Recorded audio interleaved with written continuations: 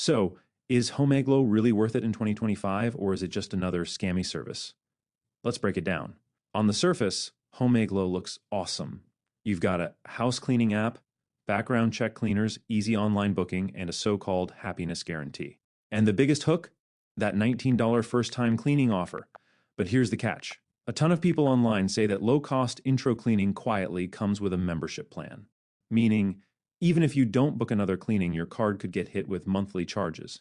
And canceling? That's where the real frustration comes in. Some users say the cancel button doesn't even work, or they're hit with unexpected fees when they try to stop the service. Now, let's talk about the actual cleaning. Some customers do say it's convenient, they found a cleaner fast and everything went smoothly. But for others, the experience was a mess. Think cleaners showing up late, leaving early, doing only a quick tidy, instead of a deep clean, or in some cases, not showing up at all.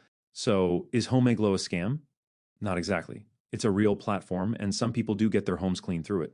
But the aggressive subscription practices, unclear pricing, and inconsistent cleaning quality make it pretty risky. If you're super careful with the fine print, monitor your payments, and don't mind taking a chance, it might work for you.